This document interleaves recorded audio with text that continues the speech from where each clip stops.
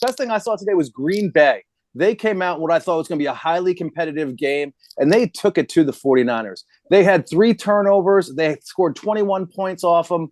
Love was a 108 quarterback rating. They rushed for almost 180 yards as of when the podcast started. So they came out and they took it to what everyone thought was going to be a highly competitive San Francisco team, who's now under 500 at 5-6. I think everyone's pretty surprised that they're at that mark, but the way they came out and handled them, I got to give the Green Bay Packers the best thing I saw today. Greetings and salutations, and welcome to the Odd Coaches Podcast. I am your host, Dr. Keith Adams, and on today's Top Shelf Tuesday edition, we review the craziness of Week 12 of the NFL. We talk best, worst, and most surprising in segment 1. Segment 2, we are in a New York state of mind as we talk about the Jets and the Giants. And in segment 3, we do our top 5 and talk about things strictly for entertainment purposes only. And yes, I was entertained. Joining us today, Captain for Life, Will Cotton. Hope the birthday party went well, sir. How you doing? What's the best thing you saw today? It wasn't today. It was on Thursday. It was Jameis Winston taking the win on that snow game. It was just a great man. Even when he started and they were talking about, they did the pregame intro with him and they did the interview. He was just like, immediately he was like, I'm playing football in the snow right now. This is glorious. And he went out there and played his butt off, man. And that was the best thing I saw this week. That was the best. Jameis Winston, man. All right. Academic and athletic consultant for the CKA Save Project, George Aka. George, what was the best thing you saw this weekend? Will Cotton stole mine because I had flashbacks to Florida State with Jameis right there. But so since Will stole that one, I got to go with the Colts uniform. They were sweet, baby. They were sweet. I love them black helmets and the all royal blue. That looked good, man. That looked good. If that's where we are, I'll take it. And teacher of the month every month, Mike Connors. Mike, what was the best thing you saw this weekend? I was going to say the Cleveland game, too. We got over a foot of snow where I live, and I was sitting here with the fire going, watching that game, enjoying it. But I'll turn the page, and I will say the best thing I saw today was Green Bay. They came out in what I thought was going to be a highly competitive game, and they took it to the 49ers. They had 3 turnovers. They scored 21 points off them. Love was a 108 quarterback rating. They rushed for almost 180 yards as of when the podcast started. So they came out and they took it to what everyone thought was going to be a highly competitive San Francisco team, who's now under 500 at 5-6. I think everyone's pretty surprised that they're at that mark, but the way they came out and handled them, I got to give the Green Bay Packers the best thing I saw today. All right. And there was a Bigfoot sighting today, too. All right. George, go ahead and do it. What's the worst thing you saw today, sir? I ain't even going to touch that low-hanging fruit. I'm going to leave that alone. I'm going to go to a whole nother one for you. Can somebody explain to me what happened to the Houston Texans? Somebody, whoever it is out there, come up and please tell me over there in the internet land, tell me what is going on. I mean, 3 of the teams that we sat here and talked about as having going to be, teams to be looking out for this year, Houston, Dallas, and the 49ers all look like they can't get out of their own damn way. So that's mine right there. What happened to the Houston? What happened to Houston? Because Tennessee just put it on them today. All right. Will Cotton, what was the worst thing you saw today, sir? Oh man, got to be the Commanders' loss, man. It was the worst thing. It was embarrassingly bad. I mean, you miss kicks. Guys, taking punt for the house. It's just bad football, and I had a bunch of people at my house and everybody was just upset. Fortunately, my son had a great day, did not let that worry him. But that's a game that you're supposed to win. When you're a good team, you have to win those games, especially when you're playing against a bad team. You lost on their own, and that kind of takes them back. That'll kind of bring them back to reality. So we'll see what they get for the next rest of the schedule. That was a punch in the face for them. So that was probably the worst thing I saw. I didn't have a bad day. I didn't have a bad day either. I didn't have a bad day either. All right, Connors, what's the worst thing you saw, sir? The Giants. That's it. They awful. We'll talk about them later. All right. Will, I'm going to go with you on this one. What's the most surprising thing you saw today? What was most surprising? I'm most surprised is Bo Nix is really keeping himself going. Like the Broncos is really, really clicking right now. The defense is playing pretty well. Bo Nix has his man with Sutton. You know, Cortland Sutton. He's just targeting him this time. Dude's huge. The running game is running pretty well. They're looking good, man. They're looking good at the right time.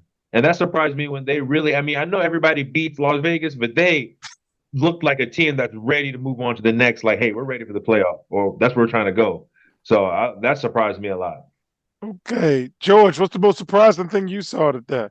It's not that they shouldn't have won the game, but to see that Tua is still upright and Miami's winning. I know they haven't played anybody with any decent or real good team yet.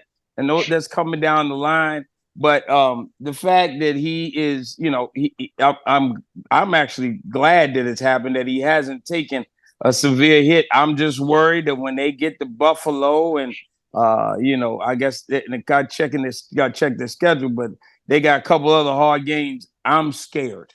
So that's why I am shocked right now that he's still, and I'm glad. I'm shocked that he's still good right now. All right. Connors, most surprising, sir. What's the most surprising thing you saw today? I got to say the performance of the Tennessee Titans. I mean, Will Levis went out. He had 123 quarterback rating. They put up 370 yards of total offense against what we thought was a pretty good Houston Texans team. So they get the award today for the most surprising thing. Is Houston like in first place or anything, or are they just they're still in the playoff. They're still they're still winning the division. Yeah, they're a game up, right? They're a game up on the Colts right now. Is it a game? 2 games? Two games. Yeah. Still 2 games. Man, I'm surprised that the AFC South is still that bad. All right. In segment 2, we're going to be in a New York state of mind. We've got the Jets, we've got the Giants, we've got Connors here, and George has no filter. We'll be right back on the iCoaches Podcast. This is Dr. Keith Adams, president of the CKA Safe Project, with a question for you. Are you passionate about supporting student athletes? If so, then become an official member of the CKA Safe Project and make a difference today. With your membership, you'll be able to help us provide essential academic and athletic support to underserved communities nationwide. Join us in empowering student athletes to achieve their full potential, both on and off the field. Together, we can build a brighter future through education and sports. Visit ckasafeproject.org and choose your membership level now. $25 is a bronze level membership, $50 is a silver level membership, and $100 is a gold level membership. Be a part of the change. Become a member of the CKA Safe Project today. All right, welcome back to the iCoaches Podcast, Things We Do as Teachers. In segment 2, we got a New York state of mind. So the New York Jets is where we're going to start at. The New York Jets is having a very disappointing season, and owner Woody Johnson, or dare I say Ambassador Johnson, fired general manager Joe Douglas after 5 years. You also have the fact that Aaron Rodgers is avoiding medical treatment, so he doesn't get benched because the owner wanted to bench him. So you have the head coach, Robert Saleh, out. You've got the GM out.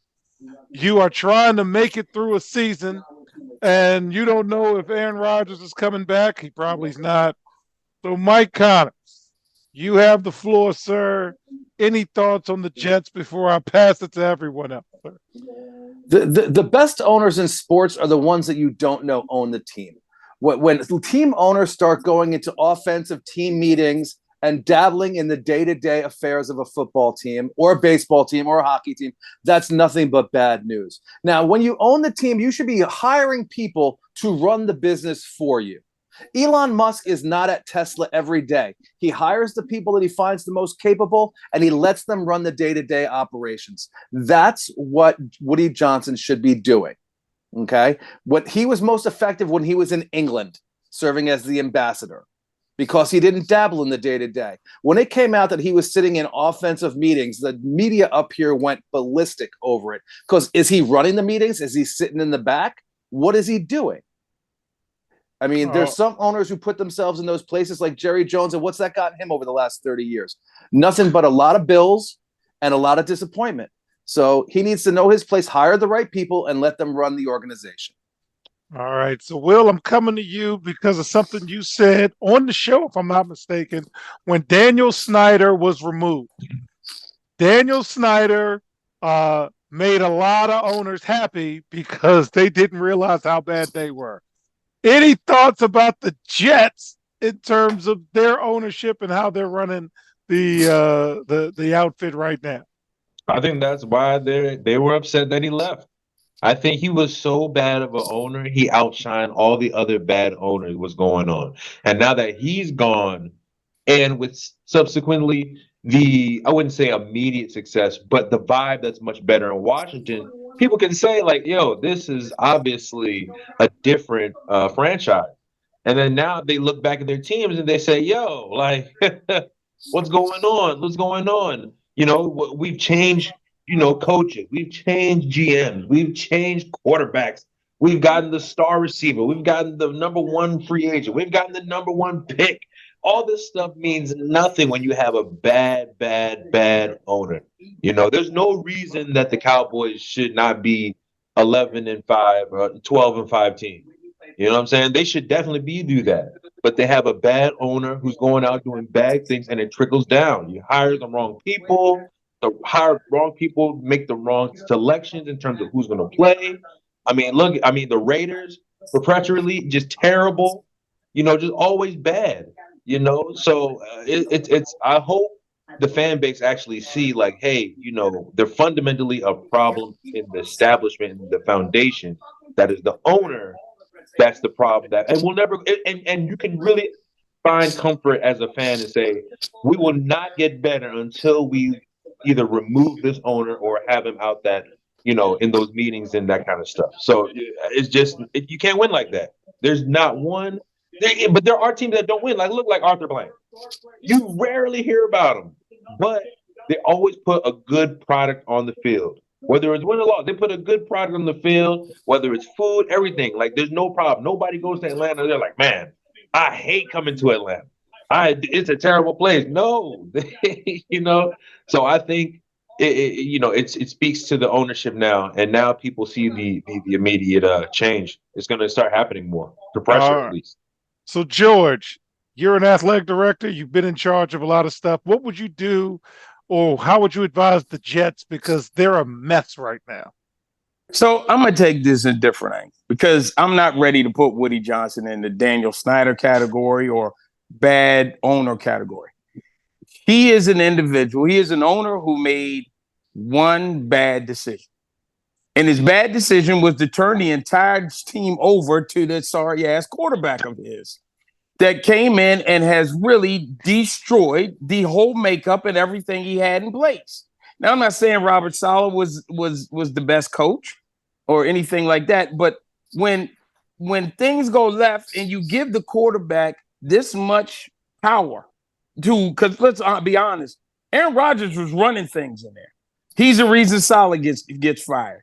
And then once that happens, what he tried to do, what he knew best, was try to let me get more involved. That's why he's sitting in meetings and stuff like that to see where the vibe is. But until you remove a cancer from a team, the cancer is going to fester and it's going to infect everything in the body. And right now, the cancer is still there. Aaron Rodgers is still there. And as long as Aaron Rodgers is there, they're going to have a problem. If I was advising Woody, I'd tell him to sit Aaron Rodgers down and you're going to keep on going like he's not there. And you're going to have to start over because you got no choice. He has ruined the Jets, period, point blank. They've made every move they have made personnel-wise and coaching-wise has been to keep him happy or than what he wants. And when you do that and put that much power in a player's hands, it's going to end bad. So Jets going to have the best thing to do is get rid of him, let him walk, blow the thing up, and start over, because that's what they got. Because that's what I tell them to do. They have no other option right now. They have a couple good pieces as young guys on the defensive side and on the offensive side that you could still salvage careers for them. But they're not going. That's not going to happen with Aaron Rodgers. It's not going to happen. So and that's why letting go of Joe Douglas probably wasn't the best idea. Because I mean, he did get Rodgers because Woody Johnson told him to go out and get a quarterback. But that defense, who put that together? It wasn't Woody Johnson. Right. It was Douglas. Right. And Douglas acquiesced to the owner when he said, get Aaron Rodgers whatever he needs. So they got him the receivers, the old tackle, the running back, that everyone that he wanted that couldn't cut it anymore in Green Bay, but they're his buddies.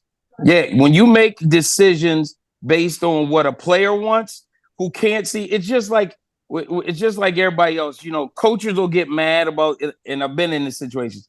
Coaches will get mad about situations with their team, but they can't see the big picture of the entire athletic program. And you can.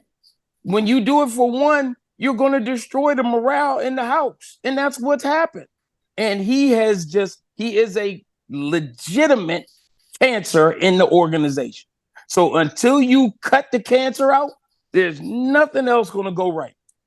All right. So, Mike, I'm coming to you. The New York Giants, your team, benched Daniel Jones earlier last week.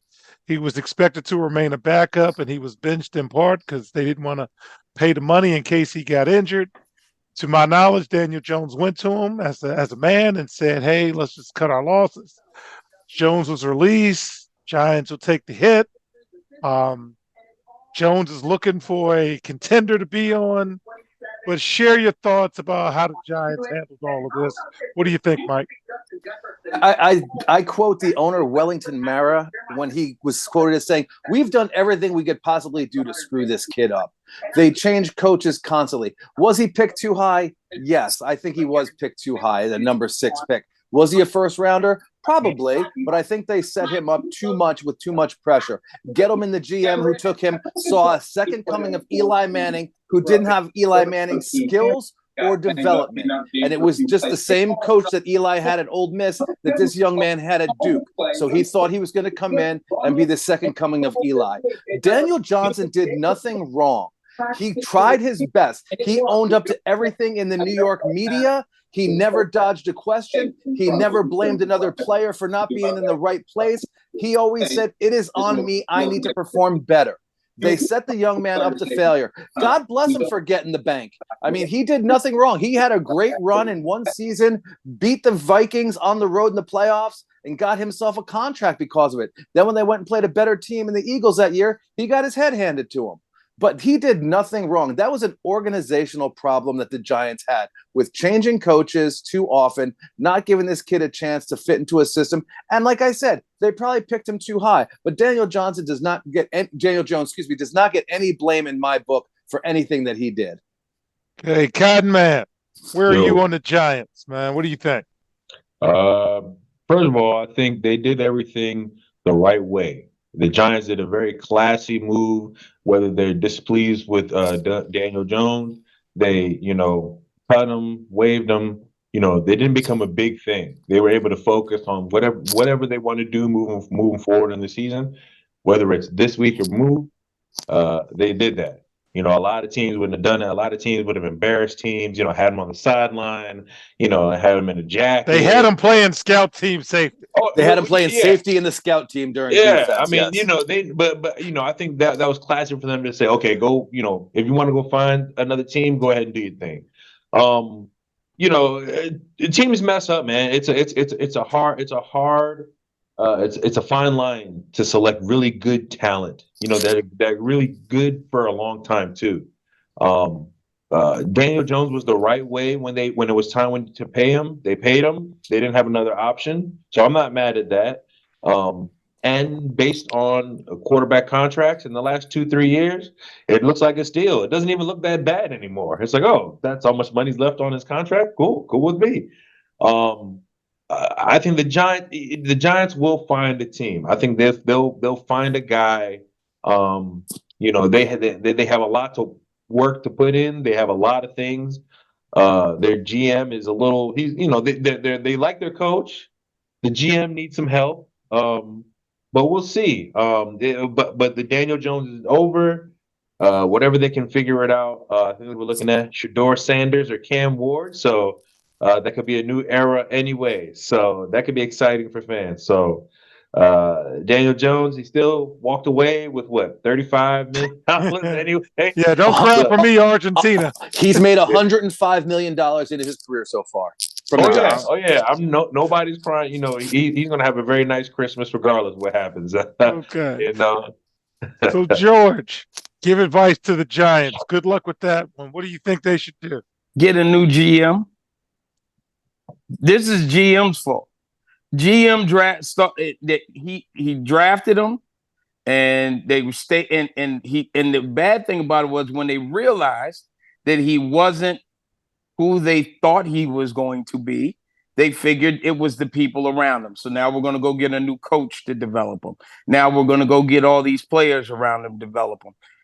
His skill level just was not there, but they wanted to continue to push it. So they kept making these mistakes to go and make him into something that he really wasn't. And I think at the point of the time, Daniel Jones realized I cannot excel or I can't excel or grow in this environment. In New York, it's not. New York is a pressure cooker. And so George, I do have to ask though. You're a talent evaluator, right? How do you miss in the modern game with all of the metrics that are available? Because I'm not a football talent evaluator, and I'm not picking that dude at 6. So how do we miss this bad? How do you miss on Bryce Young? How do you miss so bad as an organization in the era with two gobs of information? Easy. They keep doing it because these GMs and coaches and stuff get enamored with certain kids and think they see things, and then they go and get them, and when they don't pan out to what they think there is, then they lose. The coach loses his job, the GM loses their job, and you're still stuck with the kid right there, where you still got to try to bring them along because you're paying them this money. So this was where the GM pushed it, and then they tried to make it work, and it still did, and it didn't go right. And Daniel Jones, if he was going to be an NFL level quarterback, it's tough because he's broken right now, and he's got to go somewhere and sit, kind of like Jameis Winston, where he's got to go somewhere and sit, learn, and try to get his confidence back, or Sam Darnold, and be put in a situation where he can grow and he can learn from it, and in the right situation with the right players around him and the right people around him. The Giants what really I think got them was this past year. They decided to pay Daniel Jones instead of paying Saquon Barkley. And that was the nail that killed it. That was a nail in the coffin right there. Because instead of going with a proven commodity with Saquon, they decided to give the money to Jones. Yeah, the contract was fair, and it was by quarterback standards, it isn't going to hurt but so much. But hey, man, it is what it is. But see, when you mess up the most important position on the field, it sets you back like 3 years. So now they got to go find a quarterback to make themselves even in a conversation anymore. So, all right, Connors, take us out, sir. One of the biggest problems I think in the NFL still is so few college quarterbacks are ready to play in the NFL as a starter on day one. Mm-hmm. And we are such an impulsive country. We want the cookie. We want to eat it now. We want to taste the chocolate chips. We want to be gratified right away. Some of the best quarterbacks out there sat for a few years. Aaron Rodgers sat for 3 years. Okay. Brett Favre sat for a while. Eli sat for 2.5 seasons. His brother Seth. These guys are not ready to come in right away and play in a lot of these systems. We expect them because we invest a lot of money in them and waste a high pick on them or put a high pick on them that we need them to play right away. These 22, 23-year-old kids are not ready yet. That's like taking a high school senior and sending them to Alabama and saying, you're going to play day one. Very few kids can make that jump. And it's the same thing with the NFL. Well, I will say this to that. I'm not going to say that they're not, a lot of them aren't ready, but you have to have the right environment to put them in. Because you take, like, the Texans did a great job when they brought CJ Stroud and they had, because like I said, we had talked about this before. You have to have something you can hang your hat on when you have a rookie quarterback. Like, I can hang my hat on my defense. I can hang my hat on my running game. And the Giants had neither one of those in place. So something has to be in place that you can go to and don't have any question marks with, because for a time, until your quarterback catches up to the speed and everything else that goes along with being a professional quarterback, you have to hang your hat there. And if you remember last year at the beginning of the season, the Texans were winning games 10-6 or 10-7 because he wasn't there. And then when it finally started clicking for him, it changed. But you cannot, it has to be the right system. You got to have things in place, and the system has to be solid to bring a rookie quarterback in. That's one reason why Deion said Shedeur isn't just going to go to anybody. And it has to be that way. And that's why Eli's father did it that way. I wouldn't have sent my kid to San Diego back then. San Diego was a damn mess. So, it is what it is, man. Look at how many quarterbacks Carolina has broke. Yeah. I mean, because they don't have any system. Their best player, they traded to San Francisco. Yep. All right. So, fans, when we get back, that was good. We're going to have our OCP top 5. Hope Connor's got something for us. Whoa. And then we'll talk about things strictly for entertainment purposes only. We'll be right back on the Odd Coaches Podcast. This is Dr. Keith Adams, president of the CKA Save Project and author of Finding the Balance, My Personal Journey to Academic and Athletic Success. This book is your key to unlocking the secrets of being a successful student athlete. Drawing from my 30-year career as a teacher and coach, this instructional guide offers a unique perspective on achieving success in both academics and athletics. With over 15 personal stories and insightful anecdotes, Finding the Balance is a must-read for student athletes, parents, coaches, teachers, and administrators. Visit www.ckasaveproject.org to get your copy and start finding the balance today. All right. Welcome back to the Coaches Podcast. That is segment 3. Connors, go ahead now. Okay. Give me our top 5. All right, top 5. Again, this week, Detroit is on top.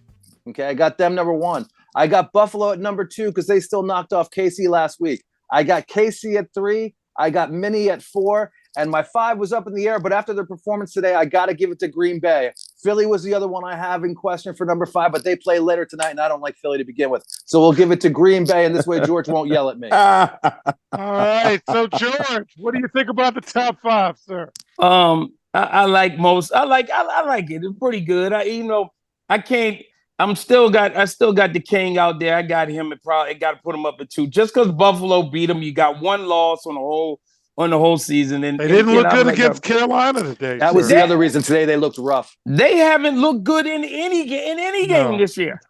And we said this last year. And then what happened when the playoff came? They flicked the switch. Boom, boom, boom. So you can't they are that one team that you can't look at week to week and say, they're falling off or whatever, because they flipped the switch. So, but no, Connors, I got no problem with your top 5, and I'm glad we decided to give some love and get them back in there, that top 5 right there with Green Bay.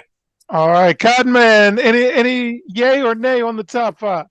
Oh, I like Lions. I got Bills, Chiefs, Eagles, and then I'm split on the Packers and Vikings at the 5. All right, that Sam Darnold's going to still be Sam Darnold. All right, so let's talk about season-long bets, AFC North. Baltimore and Pittsburgh are chugging along. AFC South, I'm still surprised Jacksonville has the same coach because those are some pretty bad performances. And go Tennessee, but at the under all season.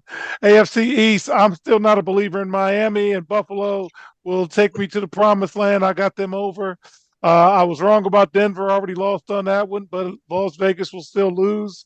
Detroit, they like that guy, and Green Bay got me one more win closer, so keep going Packers, and thank you, George, on that one. Atlanta in the AFC South and Carolina, they're underperforming. Washington already won, so anything else after that is gravy. And Dallas got a fourth victory.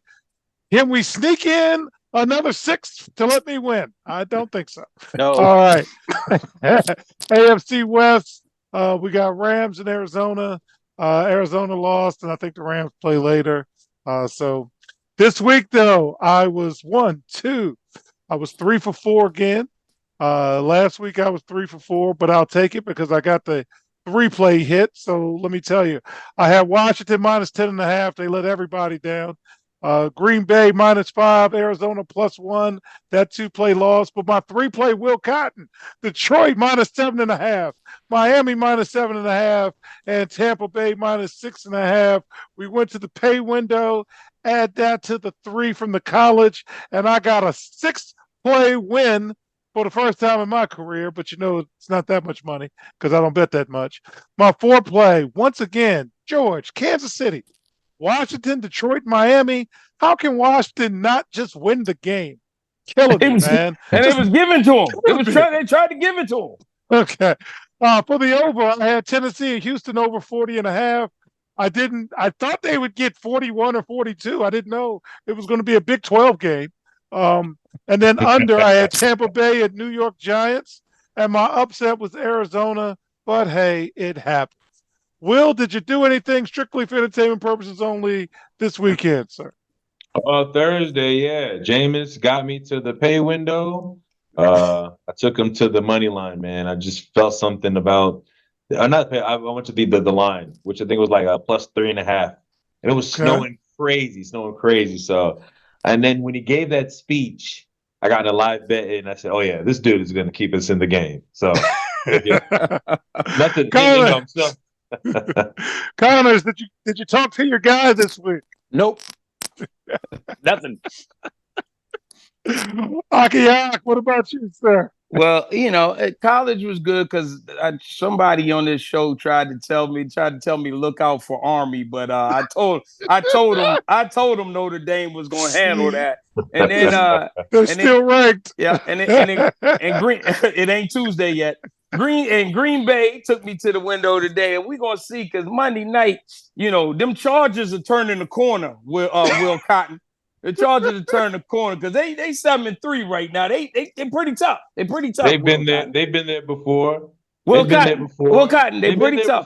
They're pretty tough. They've been there. No, they've been there. Look, when a playoff game is turning the corner. When a playoff game is turning the corner. And which not even close. They got better teams and they haven't won. Which Harbaugh has the winning streak? Oh man! It's the new one to the NFL. The new one to the NFL. Not at Michigan. I mean, in the NFL. Okay. All right. So next week's games of interest. We have finally hit Thanksgiving. Will, talk me off this. Chicago versus Detroit. Every year I bet Detroit, and every year on Thanksgiving something stupid happens. So I might have to talk to you off-site on this one. The Giants against the Cowboys. George, what are we going to do with that game? I have no idea what we're going to do with that game. That's when you eat. I'm not. I don't even know if I'm watching it. And Miami. That's when you get your nap in. So we'll see what's going on with that. How bad does the NFL want to flex out of all 3 of those games for Thanksgiving and put something good in there?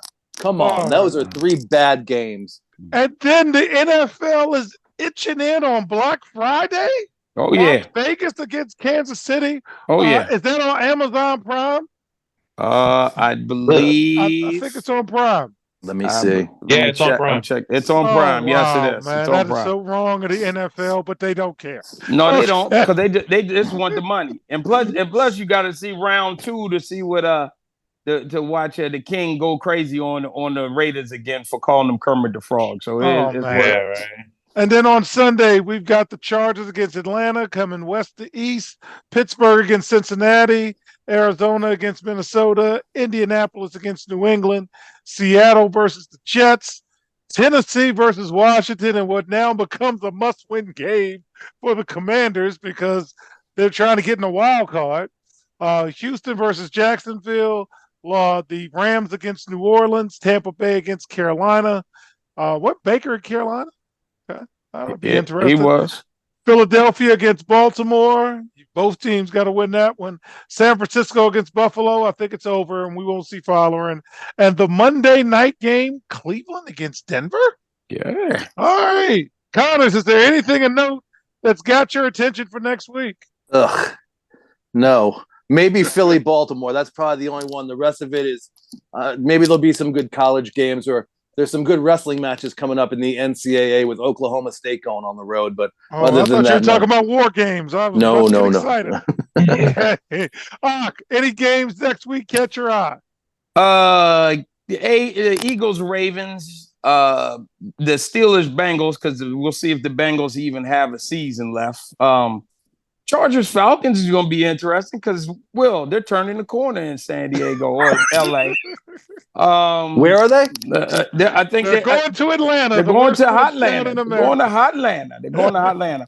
And quiet is kept though, for real. That Cardinals Vikings game is going to be big for both of them for seeding and playoff implication. So they would both like a win right there because they're both hovering around the who's leading in their division or even playoff berth. Because for some reason, nobody wants to lead in the NFC West. No team wants to take control of that one. So we'll see what happens. What about you, Cotton Man? Oh man, we'll see if New York and Dallas can keep people out the kitchen. So we're not just is it running? Are we ready? Is the macaroni done? Do you need some help? This game is terrible. We're trying to get that. I think Pittsburgh and Cincinnati is going to be a good game. I think Pittsburgh just lost one. I think Bengals have the firepower to actually win that game. Well, I don't know. They're not the better team, but they could, push them to the brink.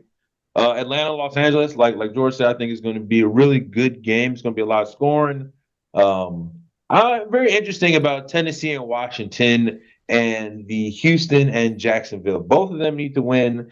Both of them had early success. Now they're kind of faltering. We'll see how they bounce back with two bad teams in the same way. So let's see how they bounce back. Is anybody having turducken, by the way? Hey, no. Hey, you know Philly, what? Philly Baltimore is going to be good. I want to see that. Philly Baltimore. That Tennessee Washington game might be in because Tennessee done surprised some people. And Will Levis is actually playing decent, man. He's playing well. He's playing well. Decent. He's playing within the system. They're not putting anything on him he can't do, which is smart coaching. Well, wait a minute. You just said good coaching. Wow. That's something that the Giants need to learn and a couple other teams need to learn. Amen. I know. All right. I know. Well, folks, it is Thanksgiving weekend. It is one of my favorite holidays. And as we close this week, I want to invite you to join us this Giving Tuesday, a day dedicated to doing good and creating change. At the CK Save Project, we're all about empowering student athletes to find a better balance between academics and athletics. Many student athletes face real challenges, whether it's rising college entrance requirements, limited academic support, or juggling their on and off field goals.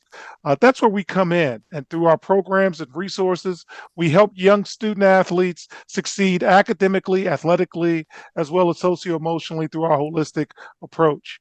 But we can't do it without your support. So your donation can ensure that we can continue to support student athletes as they face this ever-changing and complex world. So this Giving Tuesday, let's make a difference together. Go to our website, www.cksaveproject.org, and help us empower the next generation of student athletes. We thank you for your support, and let's do this. So on behalf of our cavalcade of stars, I'm Dr. Keith Adams saying thank you for listening and or watching the Odd Coaches podcast, and we will see you on the sidelines. Till next time, take care. The Odd Coaches podcast is sponsored by the CKA Save Project. The CKA Save Project is an industry leader in providing student-athlete academic and athletic support. From assessing student-athletes' academic and athletic skills, to measuring and monitoring student-athlete academic progress, to improving student-athlete time management and organizational skills, the CKA Save Project provides wraparound services for student-athletes from middle school through college. For more information, visit us on the web at www.ckasaveproject.org or schedule a free consultation with Dr. Keith Adams by emailing cka@ckasaveproject.org. We hope you enjoyed today's show. The Odd Coaches podcast drops new episodes every Tuesday through Friday on most weeks. Make sure you subscribe to the Odd Coaches podcast on Apple Music, iHeartRadio, Podbean, Spotify, and YouTube. Follow the Odd Coaches podcast on Twitter and Instagram at Odd Coaches. Follow Dr. Adams on Twitter and Instagram at CKA Save Project. In addition, follow Coach Mike Francis on Twitter and Instagram at Coach Franchise, spelled Coach Franchize. For more information about the CKA Save Project, please visit them on the web at www.ckasaveproject.org. See you next time on the Odd Coaches Podcast.